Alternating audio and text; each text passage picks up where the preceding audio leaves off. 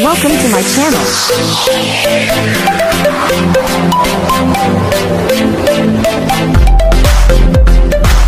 Hello everyone! Magandang araw po sa ating lahat mga kalingap. Isang mapagpalang araw na muli. Kumusta po kayo? So for today's vlog, eto pag-usapan natin about dito sa vlog ni Kuya Bal.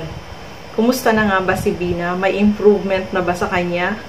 At ano yung nakikita nating improvement sa kanya? Tara, pag-usapan po natin ito mga kalingap. Pero bago natin simulan yan, huwag niyo pong kakalimutang mag-subscribe. Bal Santos Matubang, Kalingap Rob, Ate Edna Vlogs, at syempre yung aking YouTube channel, Gandang Emmy. Sa mga hindi pa po nakapag-subscribe, please subscribe and please hit the notification bell para lagi po kayong updated sa aking mga ina-upload na mga reaction video. So tara, panoorin po natin ito.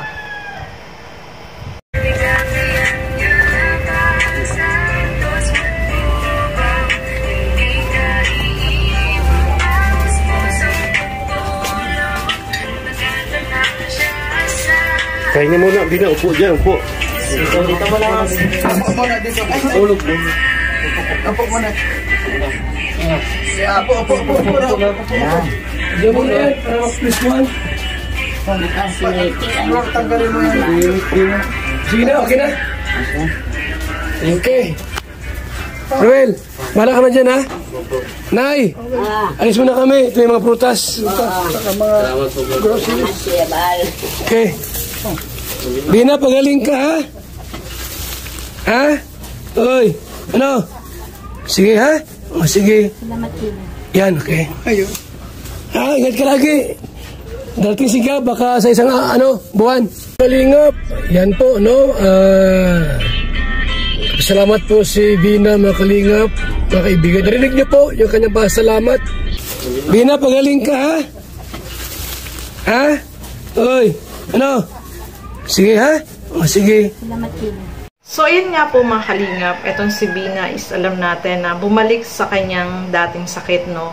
Kung maalala nyo talaga noon is sobrang nakakaawa si Bina, no? Dahil kay Kuya Bal is gumaling po siya. Pero ngayon, nagbalik muli siya sa dati kasi siguro hindi siya nakainom ng gamot. Hindi siya na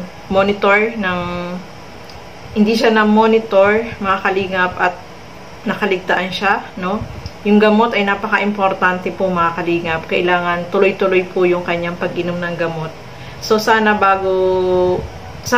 hindi na ulit yun kung na-monitor ka agad, no, mga kalingap. Itong kapatid niya na si Ruel dapat is inalam niya rin kung okay ba, kinukumusta niya ba si Bina, kung may gamot pa. Syempre baka mamaya hindi siya nagsasabi, baka nahihiya. At saka dati naalala ko, diba, meron siyang tindahan, no, mga kalingap. Dahil baka dyan is nag-isip siya na na-depress siya uli kasi na-bankrupt yung tindahan niya, no. Kasi meron siyang pinaglilibangan na tindahan, mga kalingap, no.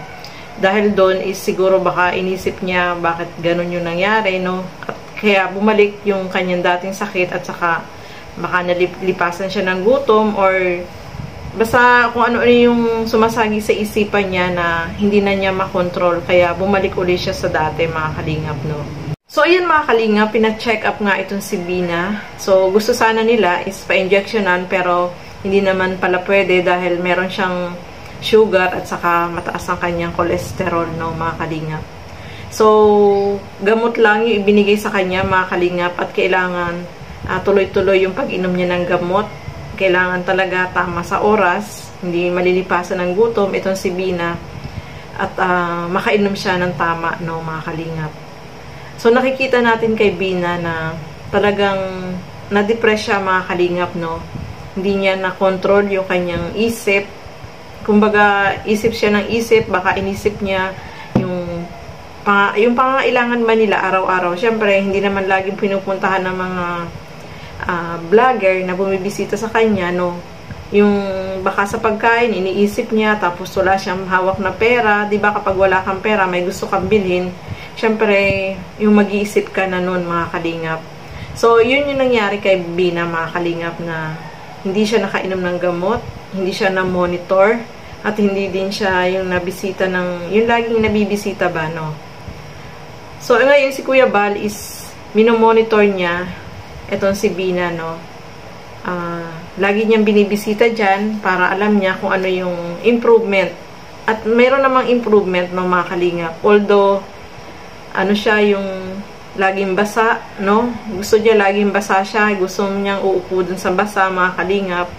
At napapansin ngayon is yung lagi siyang tulog, no?